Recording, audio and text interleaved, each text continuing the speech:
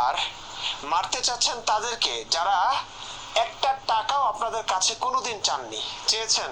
আসাদ নূর কখনো তার আলোচনা করে আপনাদের কাছে টাকা চেয়েছেন?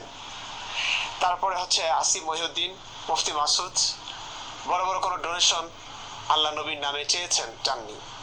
বরং তাদেরকে মারবার চেষ্টা করা হয়েছে, নিজ দেশ থেকে বিতাড়িত করা হয়েছে।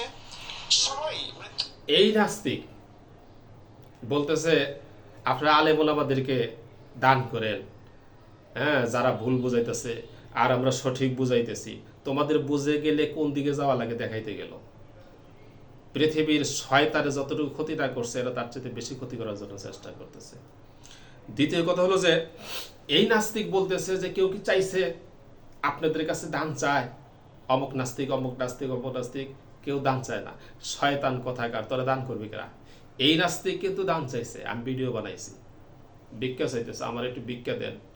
হ্যাঁ, আমি খুব কষ্ট করে এই ভিডিওগুলো বানাই, এগুলার কম্পিউটার লাগে, এগুলারে কি বলে এডিট করতে হয়, অমক তমক খরচ দরকার। শয়তান কথাকার। আমি ক্লিয়ার বলে দিয়েছি, কোনো নাস্তিককে যদি কোনো মুসলমান 10 টাকা দিয়ে সাহায্য করে, খাবারের জন্যও না, যদি বলে যে আমি না খেয়ে রয়েছে আমাকে খেতে দেন, 10টা টাকা দিলে আমি খাবো। এই নাস্তিক তো বলেছিল যে সে যে আল্লাহর বিরুদ্ধে, রাসূলের বিরুদ্ধে, কোরআনের বিরুদ্ধে, ইসলামের বিরুদ্ধে সে ভিডিওগুলো করতেছে, এই ভিডিওগুলারে সে কম্পিউটারে সেগুলারে সাজাবো, সেগুলারে কি বলে এডিট করব, আরো বিভিন্ন কিছু করব, তার কম্পিউটার দরকার, ল্যাপটপের দরকার। এইখানে দিলে তো জাহান্নামের চৌরাস্তে যাইতে হবে। খাবারের জন্য যদি কেউ দাবি করে, কোন নাস্তিক, যে আমি খাবো বাঁচবো, তাকে পর্যন্ত 10টি টাকা দিয়ে সাহায্য করলে ইমান হারা হতে হবে, আল্লাহর জান্নাত হারাম হয়ে যাবে।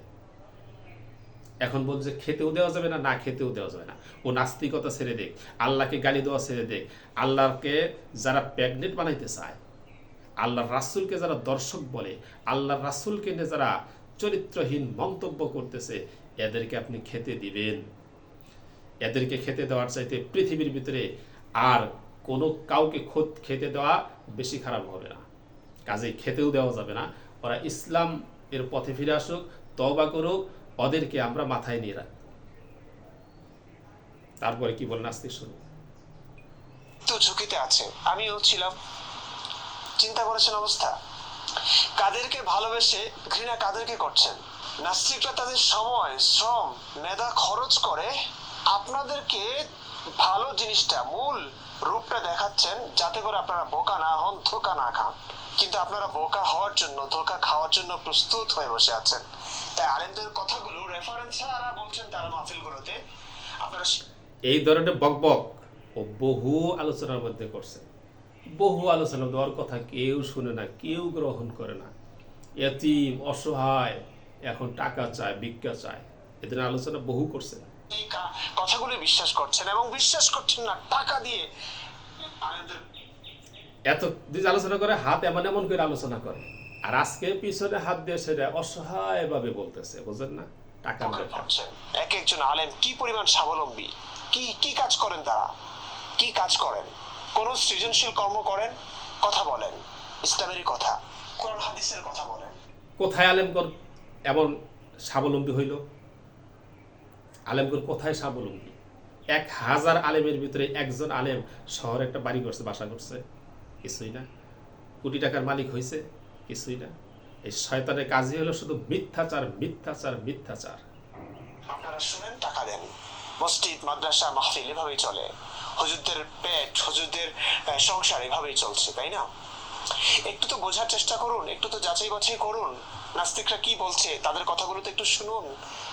তারা কোন জায়গা থেকে বলছে, কোরআন হাদিস থেকে বলছে, সেগুলো সুস্পষ্টভাবে পাওয়া যায়। আলেমরা যেগুলো বলছে খেয়াল করে দেখলে খুঁজে পাবেন না আপনি।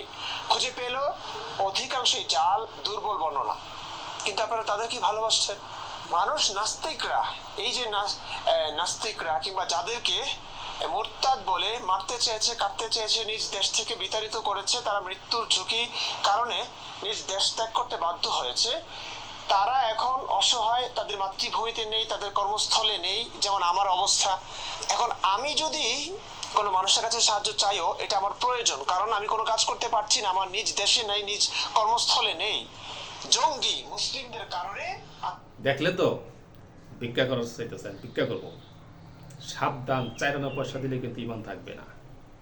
দেখতো মাতৃভূমি হারা, স্বদেশ হারা। তোর মাতৃভূমি হারা হইতে বলছে কে?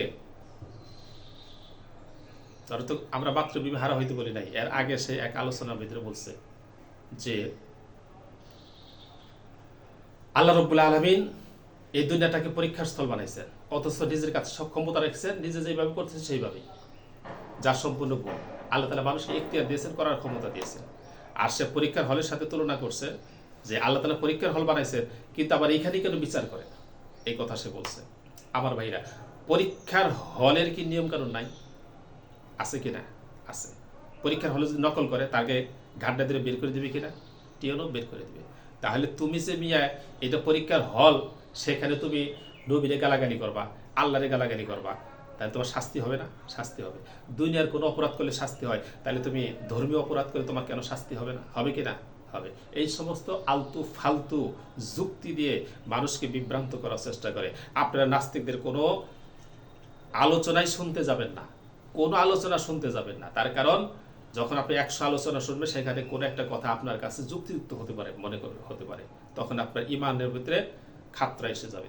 এই কারণে নাস্তিকদের কোনো আলোচনায় আপনারা শুনবেন না।